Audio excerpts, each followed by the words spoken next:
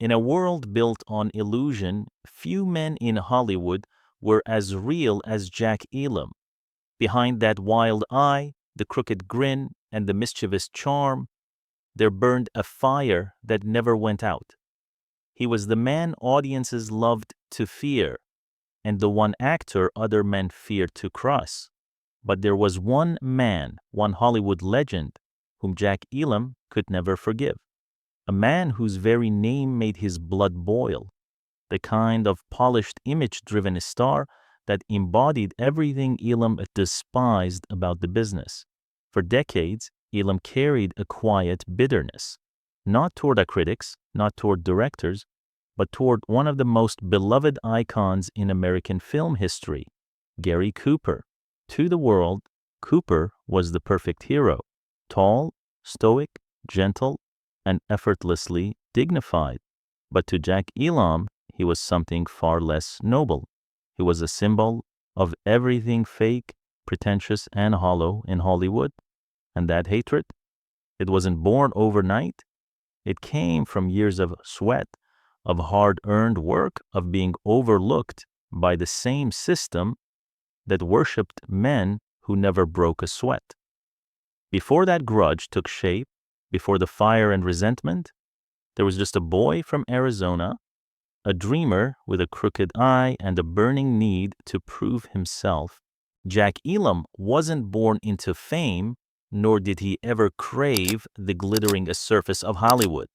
Born William Scott Elam on November 13, 1920, in the rugged mining town of Miami, Arizona, he grew up surrounded by dust, sweat, and the sound of hard labor. It was a tough world, one that taught him early on that survival demanded grit, humor, and a touch of madness. As a boy, he found escape in storytelling. He would sit under the desert sky, spinning wild tales to amuse his friends, often mimicking the voices of the characters he imagined.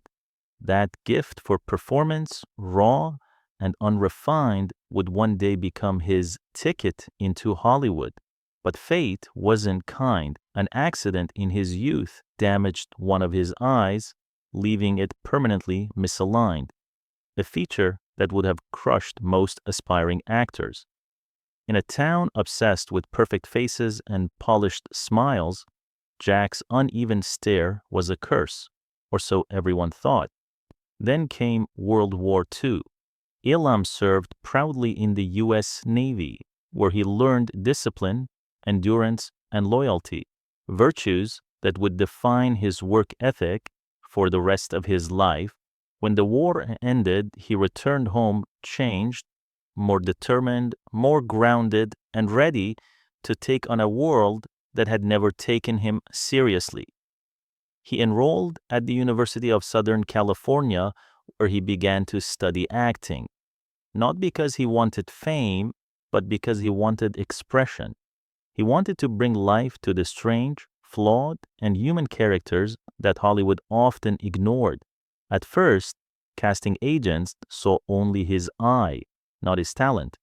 They called him too odd-looking, too intense, too real, but Jack saw something they didn't. He realized that his so-called imperfection was his strength, a signature that no other man in Hollywood could replicate. Instead of hiding his crooked eye, he leaned into it.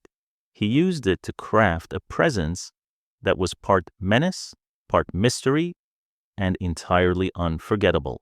That decision changed everything. It wasn't long before the name Jack Elam began to echo through the studios, whispered by directors who needed someone unpredictable, magnetic, and absolutely real. He didn't play heroes, he played men, dangerous, funny, flawed, alive, and soon his face would become one of the most distinctive in Hollywood. Hollywood didn't know what to do with Jack Elam at first. He wasn't handsome enough to be a leading man, nor polished enough to blend into the background. But when the golden age of Westerns swept through the 1950s and 60s, Jack's rough edges suddenly became an asset. He didn't just fit into that world, he defined it. His crooked grin, that unpredictable stare, and the sense that he might burst into laughter or violence at any second. It made him unforgettable. Elam's characters weren't villains in the traditional sense. They were human contradictions. Wicked but funny, dangerous but strangely likable. He had the rare ability to make audiences fear him and feel for him at the same time. Movies like Once Upon a Time in the West, 1968, Support Your Local Sheriff, 1969, and The Night of the Grizzly, 1966, immortalized him as the face of the chaotic outlaw, the kind of man who could steal a scene with one glance. He didn't just play these roles, he lived them. When Jack Elam stepped in front of a camera, the line between performance and reality blurred. But even as Hollywood typecast him as the eternal rogue, Elam quietly rebelled. He refused to be confined by genre. He wanted to prove he was more than the sneering gunman or comic sidekick, so he began to take risks. In 1974, he joined the cast of The Texas Wheelers, a short-lived ABC comedy where he played Zib Wheeler, a flawed but loving father trying to reconnect with his children. The show lasted only 8 episodes, but critics praised Elam's performance. They saw depth, a tenderness buried beneath the grit. It was the side of Jack Elam the world rarely got to see, the man behind the menace. And among that cast of young actors were 2 who would soon become icons themselves. Mark Hamill, who later became Luke Skywalker, and Gary Busey. Decades before Star Wars would redefine cinema, Hamill was learning from a man who knew that authenticity always beats image. Even when projects failed, Jack never complained. He didn't care about box office numbers or fame. He cared about truth, about giving every scene his all, even if no one was watching. Whether on Gunsmoke, Bonanza, The Twilight Zone, or The Lone Ranger, Jack Elam turned every brief appearance into a memory. He was the man who could enter a frame for 10 seconds and still steal the movie. By the late 1970s, he was Hollywood's most beloved rascal, unpredictable, honest, and impossible to forget. But just as his career was reaching its stride, a new chapter in his life began, one that revealed a heart as extraordinary as his face. Behind the misaligned eye and the outlaw's sneer was a man whose heart was far softer than the world ever imagined. Jack Elam might have built his career on chaos, but off camera, he was deeply human, funny, loyal, and capable of compassion that ran far deeper than most of Hollywood's polished smiles. That truth revealed itself in the most unexpected way. In 1986, while filming the offbeat western The Aurora Encounter, Jack met Mickey Hayes, an 11-year-old boy from Texas suffering from progeria, a rare disease that caused him to age prematurely. At first, Mickey was shy, intimidated by the gruff movie star with the wild eyes and booming laugh. But Elam had a gift. He could see through fear. On set, their friendship blossomed. Elam would sit with Mickey between takes, telling him stories, making him laugh, treating him not as a curiosity, but as an equal. The two formed an unbreakable bond, one that had nothing to do with fame, cameras, or scripts. To Jack, Mickey wasn't a sick boy. He was a friend. Later, their connection was captured in the 1987 documentary I Am Not a Freak, where audiences saw the real Jack Elam, stripped of makeup, stripped of roles, just a man whose compassion radiated through every word. He once said softly, "I've met a lot of people in my life, but I've never met anybody that got next to me like Mickey." That one line, tender, raw, unguarded, revealed the truth behind the legend. Jack Elam, the villain of 100 Westerns, was a man who understood pain, loneliness, and the need to be seen. Perhaps that was why his outlaws always carried a flicker of humanity in their eyes. He wasn't acting, he was remembering. As the years went on, Elam brought that warmth and humor into lighter roles. He starred in comedies like Easy Street alongside Lonnie Anderson, where he played the scruffy uncle who brought heart and laughter into a polished world. Even in sitcoms, his timing was impeccable. 1 minute, he could make you laugh. The next, make you feel something profound. By the time he appeared in Home Improvement in the early 1990s, sharing the screen with Ernest Borgnine, audiences had grown older, but they still recognized that glint in his eye. The chaos, the humor, the humanity, it was all still there. Jack Elam wasn't just surviving in Hollywood. He was thriving on his own terms. And when the industry finally recognized him in 1994, inducting him into the Hall of Great Western Performers at the National Cowboy and Western Heritage Museum, it wasn't just an award, it was a vindication. A tribute to the man who never played by the rules, yet became an icon all the same. But even as the applause echoed, there was one shadow he could never escape, the one name that still stirred the old anger inside him, a reminder of everything false he saw in Hollywood. That name was Gary Cooper. To the public, Gary Cooper was everything a Hollywood hero was supposed to be. Tall, noble, quietly confident, he was the man who could walk into a saloon, tip his hat, and win the room with a single look. But to Jack Elam, all of that was an illusion. He didn't see a great actor. He saw a man worshipped for standing still.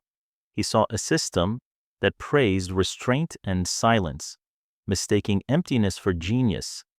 And for a man like Jack Elam, who poured blood and sweat into every line, every glance, every gesture, that was unforgivable. In interviews, Elam didn't mince words. He once said bluntly, "Gary Cooper never impressed me. You'd have brilliant character actors killing themselves to make a scene shine, and Cooper would mumble one line, and critics would call it art." To him, that wasn't art. It was laziness wrapped in good lighting. Elam was a worker, a craftsman. He arrived early, stayed late, rehearsed until the words felt like muscle memory. He lived for the craft.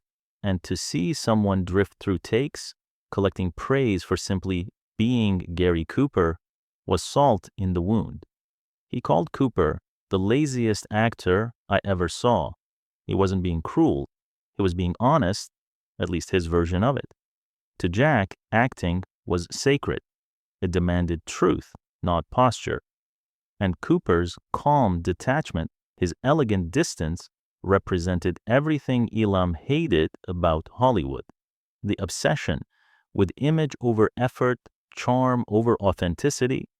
People often described Cooper as a gentleman, but Elam never saw that man.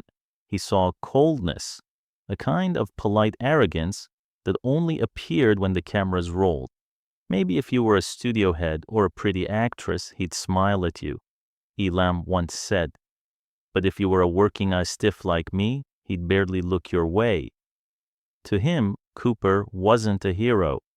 He was the idea of a hero, the kind Hollywood built, polished, and sold to America. A mirage, a man made of myth instead of substance.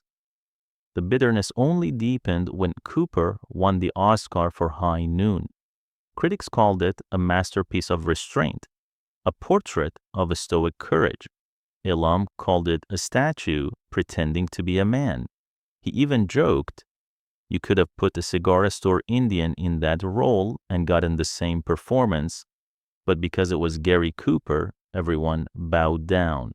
That line, sharp, sarcastic, and painfully truthful, captured Elam's entire view of the industry.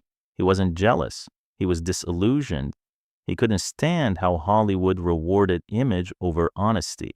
To him, Gary Cooper was not a rival. He was a symbol of the sickness that had infected the art he loved. In one of his most cutting remarks, Elam compared Cooper to wallpaper. He was there. He filled the space. But you didn't notice him unless someone told you to. Even as he aged, Jack never softened that opinion. He knew he'd never be as famous, never as polished, never as mythologized. But deep down, he didn't want to be. He'd rather be real, flawed, human, unforgettable than perfect and hollow. And maybe that's what set Jack Elam apart from the Gary Coopers of the world. He wasn't the man America dreamed of. He was the man America was, messy, unpredictable, alive. In the end, Jack Elam's life was a contradiction, a blend of wild laughter, rugged truth, and deep humanity wrapped inside a face Hollywood could never forget. He wasn't the conventional star, and he never wanted to be. He was the crooked smile in a world of perfect grins, the outlaw who showed more soul than the heroes ever could.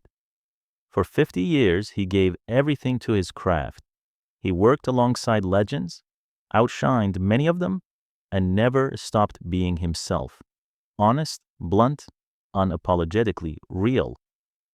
While others polished their image, Jack stayed raw. He didn't need fame to validate him. The work spoke louder than any award ever could.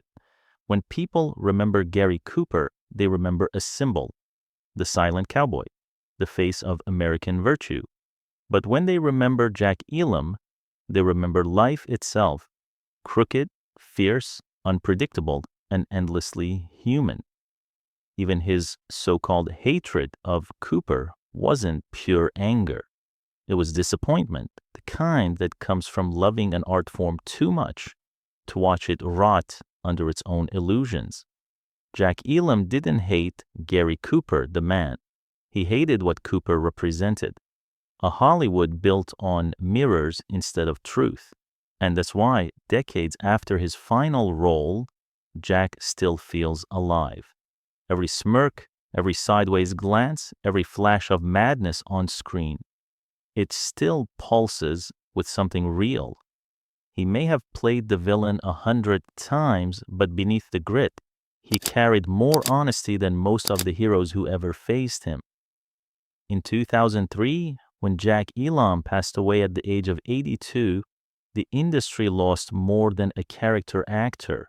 It lost one of the last men who lived without pretense, a man who proved that imperfection could be beautiful, that the misaligned eye, the crooked grin, the wild heart could still define greatness.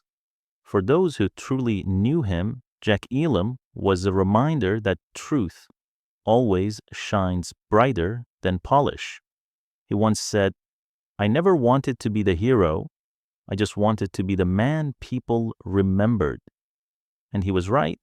They still remember, not because he fit Hollywood's mold, but because he shattered it.